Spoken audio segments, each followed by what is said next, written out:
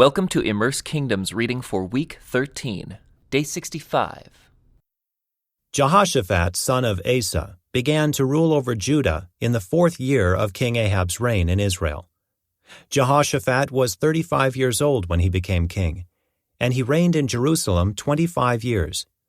His mother was Azubah, the daughter of Shilhi. Jehoshaphat was a good king, following the example of his father, Asa. He did what was pleasing in the Lord's sight. During his reign, however, he failed to remove all the pagan shrines, and the people still offered sacrifices and burned incense there. Jehoshaphat also made peace with the king of Israel. The rest of the events in Jehoshaphat's reign, the extent of his power, and the wars he waged, are recorded in the book of the history of the kings of Judah. He banished from the land the rest of the male and female shrine prostitutes, who still continued their practices from the days of his father Asa. There was no king in Edom at that time, only a deputy. Jehoshaphat also built a fleet of trading ships to sail to Ophir for gold. But the ships never set sail, for they met with disaster in their home port of Ezion-Geber.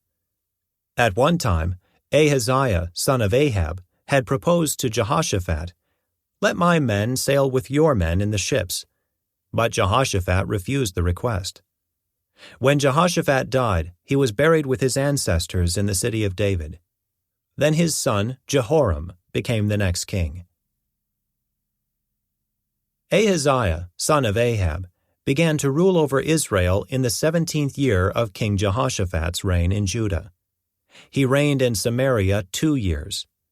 But he did what was evil in the Lord's sight, following the example of his father and mother, and the example of Jeroboam, son of Nebat, who had led Israel to sin. He served Baal and worshipped him, provoking the anger of the Lord, the God of Israel, just as his father had done. After King Ahab's death, the land of Moab rebelled against Israel. One day, Israel's new king, Ahaziah, fell through the latticework of an upper room at his palace in Samaria and was seriously injured. So he sent messengers to the temple of Baal-zebub, the god of Ekron, to ask whether he would recover. But the angel of the Lord told Elijah, who was from Tishbe, "Go and confront the messengers of the king of Samaria, and ask them, 'Is there no God in Israel? Why are you going to Baal-zebub, the god of Ekron, to ask whether the king will recover?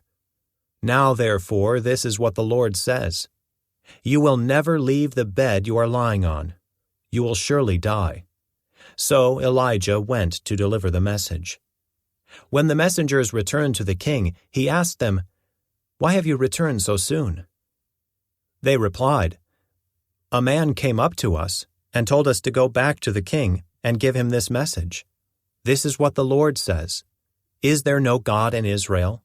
Why are you sending men to Baal-zebub, the god of Ekron, to ask whether you will recover? Therefore, because you have done this, you will never leave the bed you are lying on. You will surely die." "What sort of man was he?" the king demanded. "What did he look like?" They replied, "He was a hairy man, and he wore a leather belt around his waist." "Elijah from Tishbe," the king exclaimed. Then he sent an army captain with 50 soldiers to arrest him. They found him sitting on top of a hill. The captain said to him, "Man of God, the king has commanded you to come down with us." But Elijah replied to the captain, "If I am a man of God, let fire come down from heaven and destroy you and your 50 men. Then fire fell from heaven and killed them all. So the king sent another captain with 50 men. The captain said to him, "Man of God, the king demands that you come down at once." Elijah replied, "If I am a man of God, let fire come down from heaven and destroy you and your 50 men.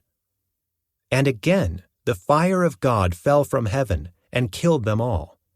Once more the king sent a third captain with 50 men, but this time the captain went up the hill and fell to his knees before Elijah.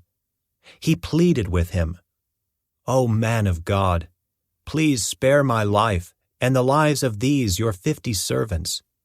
See how the fire from heaven came down and destroyed the first 2 groups. But now please spare my life."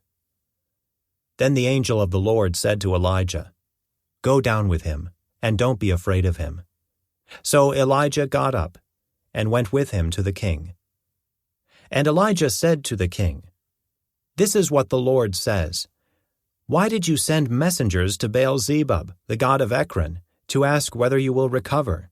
Is there no God in Israel to answer your question? Therefore, because you have done this, you will never leave the bed you are lying on. You will surely die." So Ahaziah died, just as the Lord had promised through Elijah. Since Ahaziah did not have a son to succeed him, his brother Joram became the next king.